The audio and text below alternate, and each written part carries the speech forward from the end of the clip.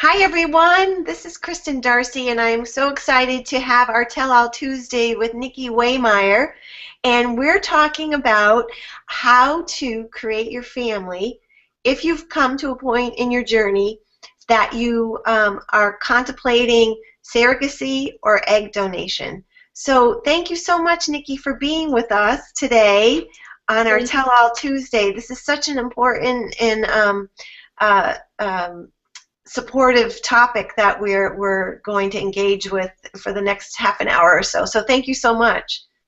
thank you for having me. I'm Okay. excited. I'm just going to I'm going to put my glasses back on and tell everybody about you. So, Nikki has been working within the infertility industry for over 6 years, and she was the case manager, and now she is proudly the egg donor program director at the Genesis Group. And she is amazing, and she has this passion to help people create their family and bring light when it's very dark time in people's journey for that. And she takes great pride in her work and her reputation, and she continues to learn and grow that she can be of assistance to you when you uh, log on or call the Genesis Egg Donor and Surrogacy Group. So I'm so excited to learn more about this, because way back when, that was an option for me, because we did have male and female factor. Yeah. But I know that to be timely and refreshed, I was hoping that you could just talk a little bit about, if I was way back when in that office and heard from a doctor that, I have that diagnosis of infertility, and that they are talking to me about investigating egg donation and a surrogate to create my family. What would happen, Nikki? How does this work? Well, the first thing you would do is either give us a call or log on to the website. Most people access the database first. Some people are pretty ready at that time to just get started with their search, and others just want to personally look at the database by themselves. So at some point in time, whether the beginning or later on in your journey, you'll let me know what you're looking for, and I can help find, because I'm pretty familiar with the profiles, at least help find someone who physically or characteristically matches what you're looking for. Some people find when they're looking at the database, they have an idea of what they want, and then they go in there and they look, and it completely changes, because Okay. you don't necessarily realize what matters to you until you start looking at profiles and reading them and things like that. But What we would be on a profile if I'm a brand new newbie and I'm logging on? What was some of the information that would be on a profile for an intended parent?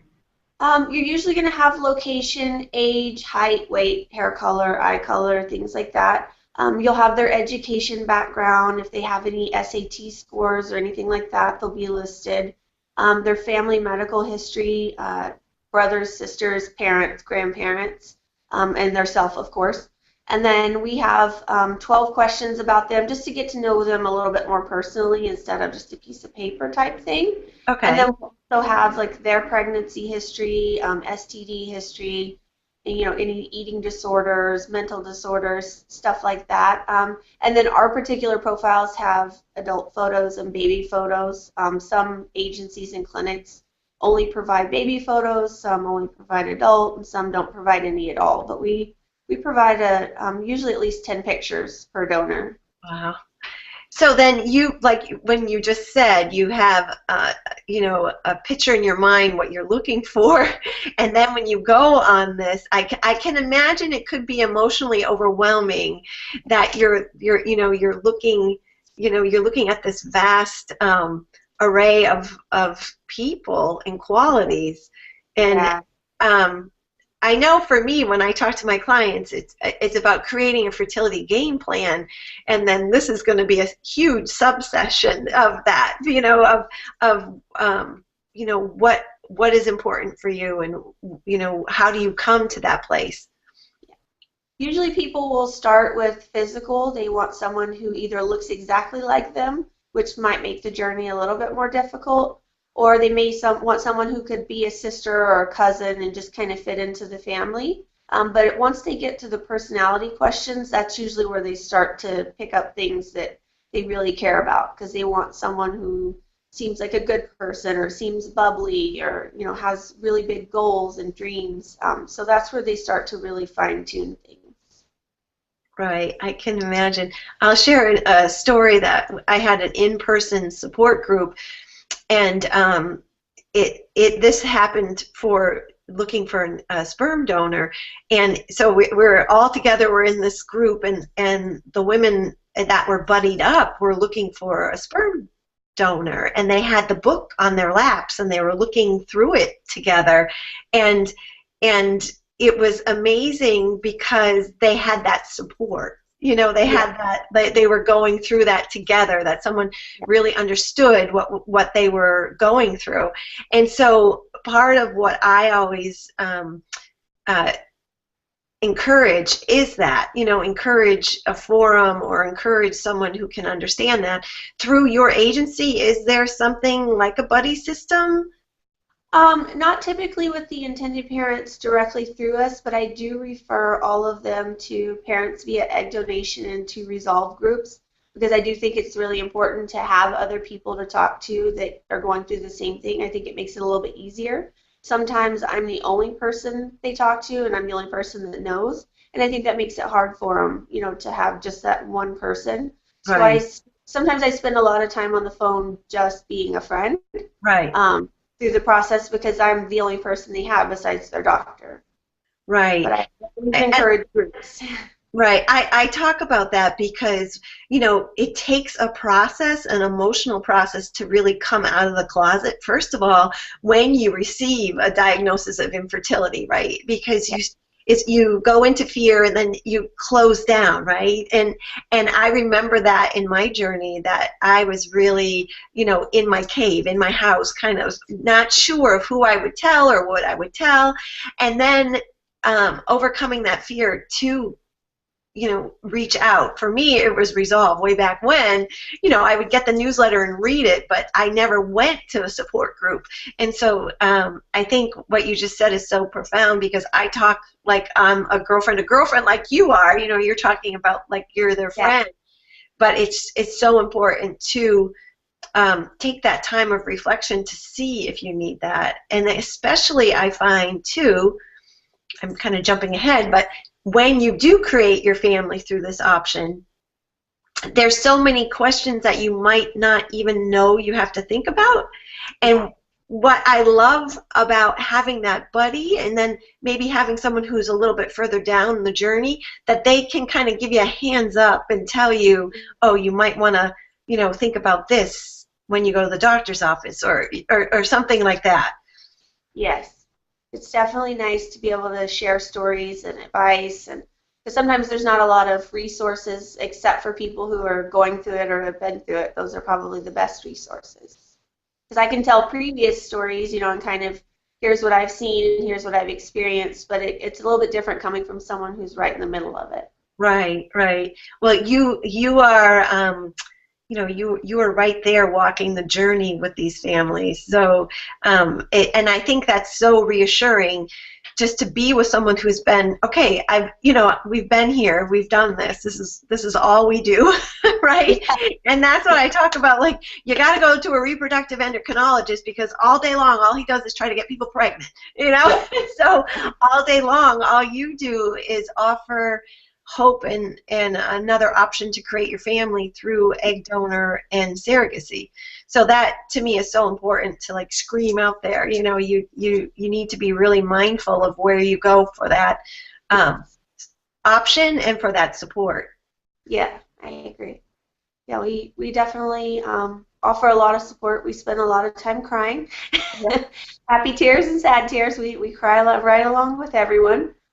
So definitely lots of support, and I've had relationships with clients still 6 years later. So well, I got goosebumps when you said that, because I find, Nikki, that people within this, and it's an industry now, they're just a different breed of person. Yeah. It's a heart-centered way of service for other people. And that's why I think it's so important to have this conversation for women who got that news that, you know, your eggs aren't, you know, viable, and that this is an option.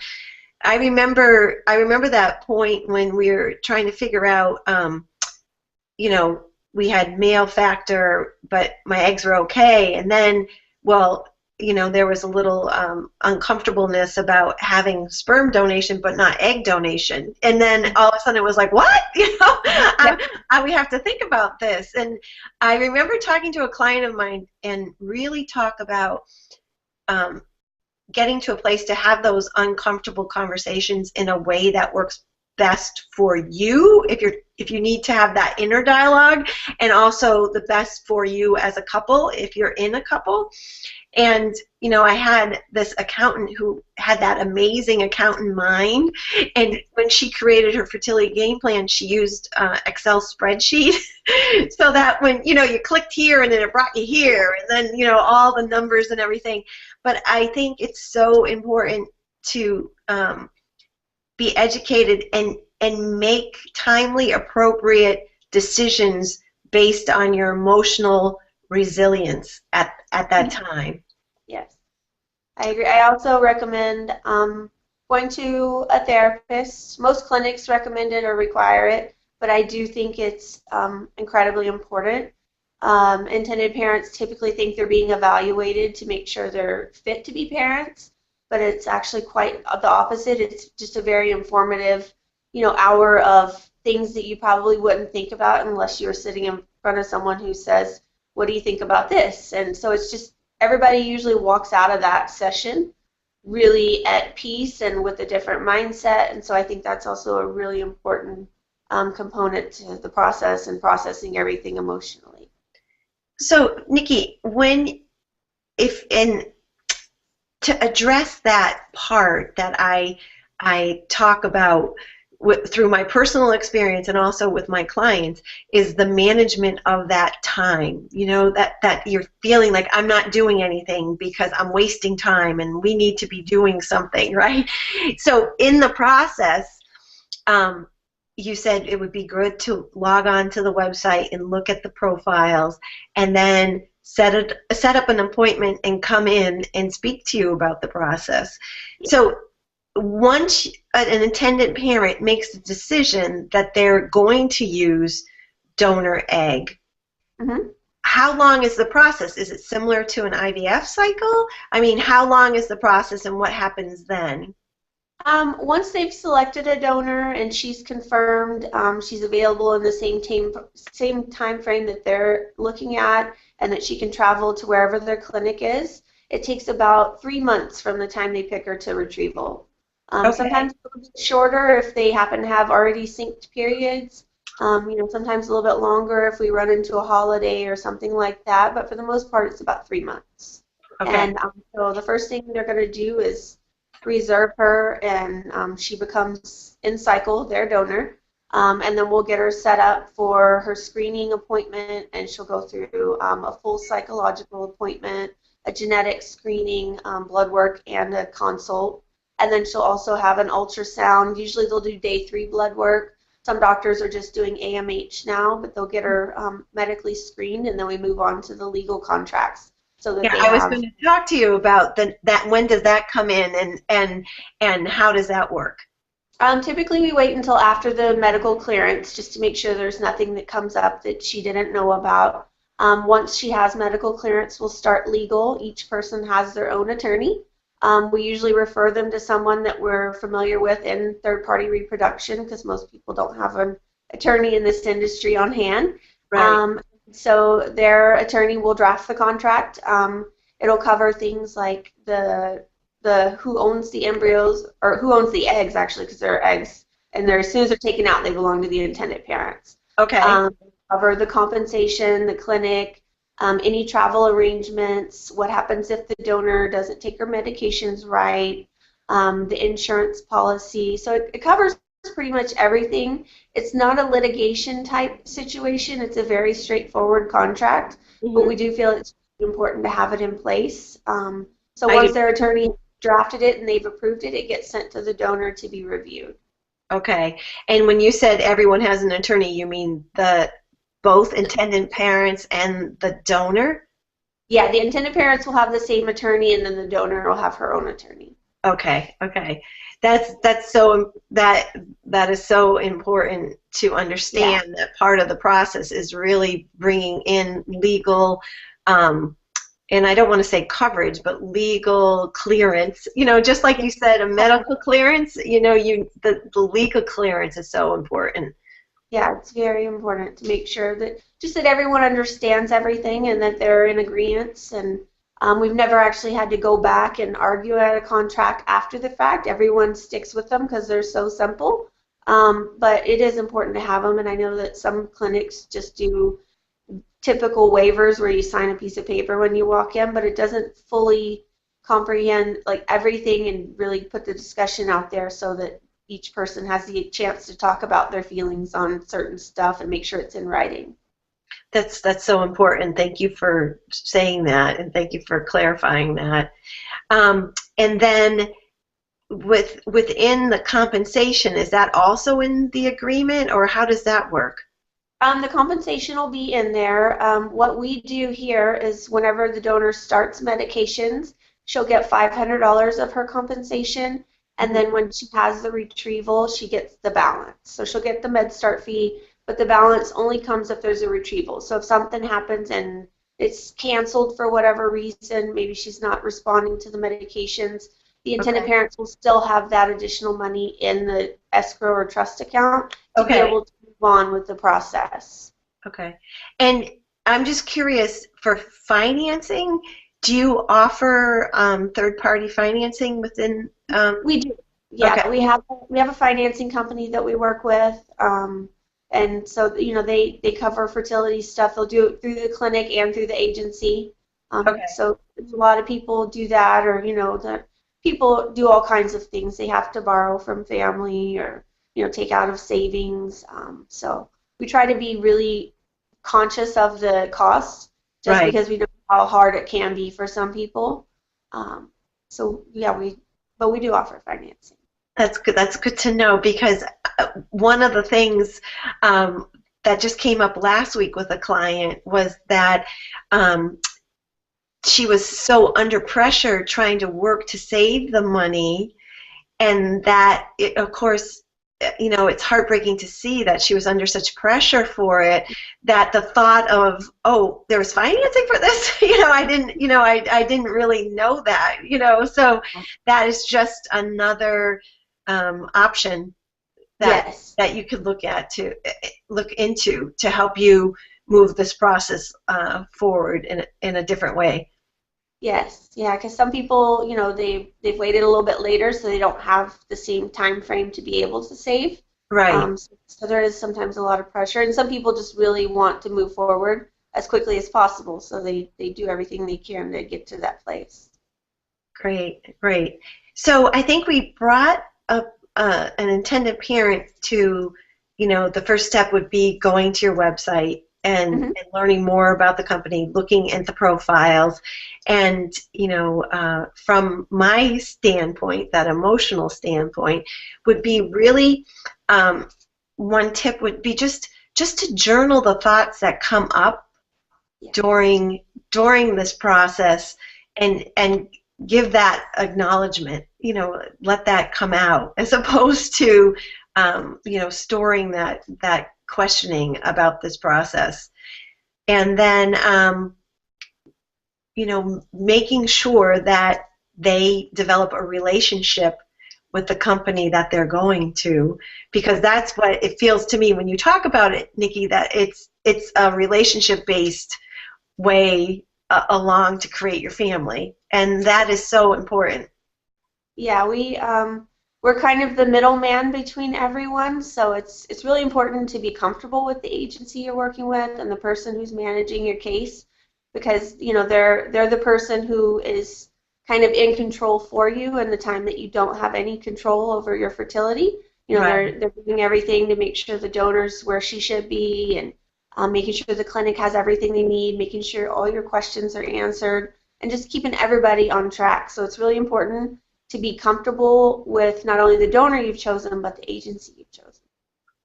Right, and what you said is that I remember receiving the medication for my IVF and losing control, like holy Yeah. gosh, saying I never knew I was going to create medical waste, and then when you have you're the middle of the wheel and all these other spokes going out, that is so important to have that team behind you, and you're the advocate. You're advocating, and you're the support person for this option. And that is so important. Yes, yeah, I love the support part of it, especially with the donors, because donors are usually younger, and whenever they get their box of medication, it can be a little bit overwhelming, even though we've prepared them and shown them needles and stuff like that. There can be a lot in the box, so we make sure that they have our cell phone numbers and they're calling all night. Yeah. They have videos to be able to see all the different medications, how to draw them, how to inject them. We make sure they have the information for the on-call doctor. And the intended parents, a lot of the times, they have the same questions. Especially if they've gone straight to donor eggs and didn't do IVF first. If they've done their own IVF first, they usually at least are familiar with the medications. Right. It can be a bit overwhelming for anybody to get that big box. It can be. It can be. And you know what is so amazing is that what tip I used and what tip I share is really, feeling that fear when it comes and acknowledging it. But then for me, I would sometimes slip into why poor, pitiful me, I have to be doing this. And when I felt myself doing that, I would look at the medication and just say thank you and flip it a little bit, because for me, this was a way of a lifeline and help to get to the other side to create my family. And I think the more strategies that you maybe jot down in a journal or know before you start the journey, and how common it is, those common feelings, those common questioning, the common moments of, oh my God, I don't know what I'm doing, kind of feeling, that, you're really not alone. And that's why it's so important to, one, like we talked about at the beginning, create your team, create the people that know about what's happening, so that you can have an outlet to share that. And the one last third thing is really self-nurturing, and find that one thing each day that you're going to commit to regardless of what is going on, because this is the tip that like carries you through to parenthood. Because once you start that ritual, and I'm sure and you're sure you share this with your clients, once you start that ritual and you devote yourself to that ritual, when you're a mom or a parent, you have that as stamina, emotion, fortitude.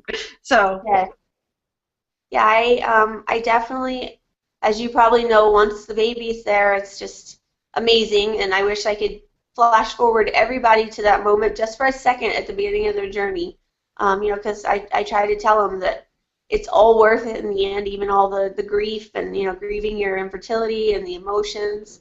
Once the baby's here, not everybody forgets about the donor, so I wouldn't say that. I know a lot of people say they forget. Some people just stay grateful. Some people think about her every once in a while, or him if it was sperm. But it's important to know that in the end your goal was to have a parent or to be a parent. Right. And sometimes it takes a little help to get there. I don't think people should be ashamed of it like some people feel, but that everybody has their own emotions to process with it.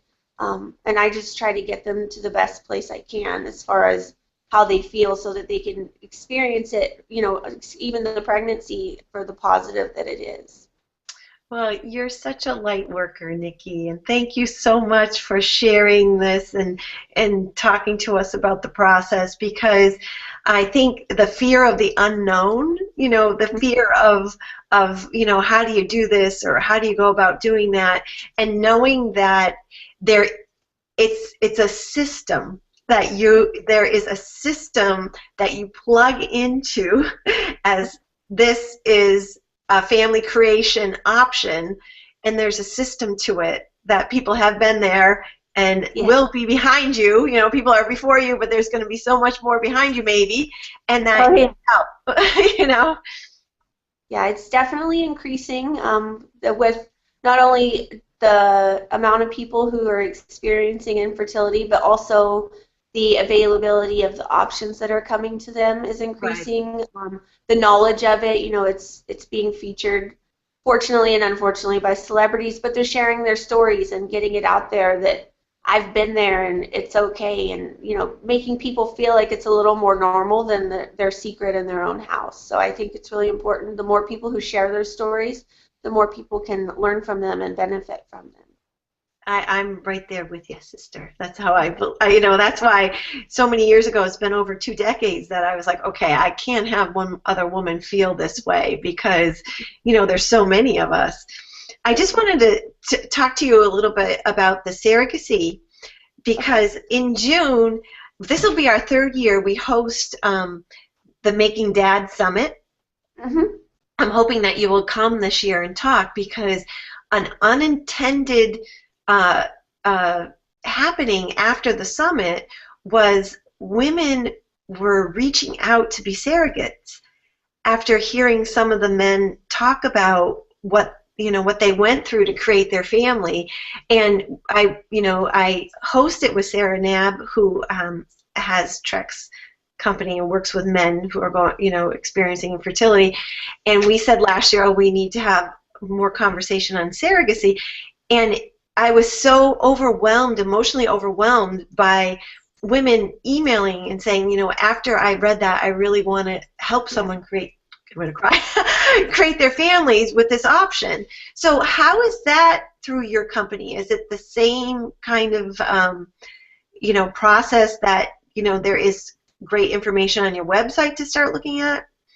There's some FAQs, but with surrogacy, we definitely, people will still access the database, but we encourage right away to have a consultation just because it's very important to find out exactly what you're looking for, and because unfortunately there are more intended parents than there are surrogates. It's important to get you matched as quickly as possible, and sometimes the girls aren't even up on the website whenever we realize, we have a match for you right here already waiting. So we definitely encourage that first consult pretty quickly. It can be over the phone even or Skype, just to make sure that we know what you're looking for so that we can point you in the right direction as soon as someone comes to us. And some people get matched right away. Some people have to wait a while depending on what they're looking for. Usually the biggest conflicts or termination, stuff like that, people's feelings on that. Because you have to make sure that you're matched with someone who has the same ideas as you on things like termination and contact, and it's really important because you're usually going to have a relationship of some sort with the surrogate. Okay. And the donors are most of the time anonymous. They're becoming less anonymous. People are deciding to meet them more often, talk to them, Skype with them, have future contact available for their child if they decide when they're adult they want to meet them. But with surrogacy, you're kind of there with her through the whole process. Great. So the relationship and the good match is really important. And if someone's watching this now and says, gee, I was hoping maybe I would offer that, if you are someone who's thinking about being a surrogate, do they reach out to you and go through the same similar screening as you talked about for egg donor? Yes, they're going to go through a similar screening. Their profile is going to be a little bit more about their actual pregnancy history, their personal family, because, whoever they live with, it's really important to know that kind of stuff, home visits, things like that, to make sure it's a clean and safe environment. They're also going to go through a background check. Their partner or husband will go through a background check. Any adult that they live with has to go through a background check. Okay.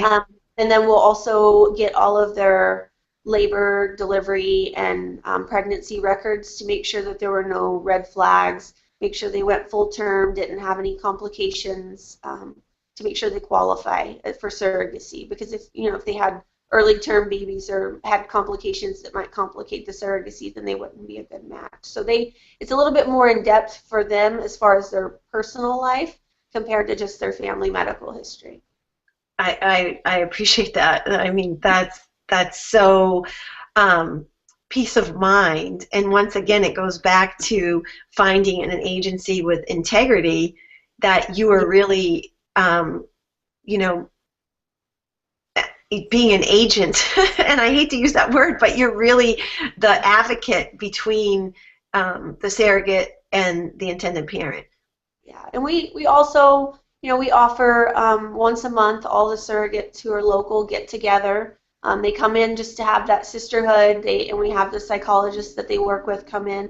They also have twice monthly check-ins with the psychologist, just to make sure that any feelings that they might be having are being taken care of as well, because they don't always have the same resources. So we make sure that they feel like a group. They come in, they talk about what's going on in their journey. They go to lunch, and so those are always really fun. They love those. That's probably their favorite part.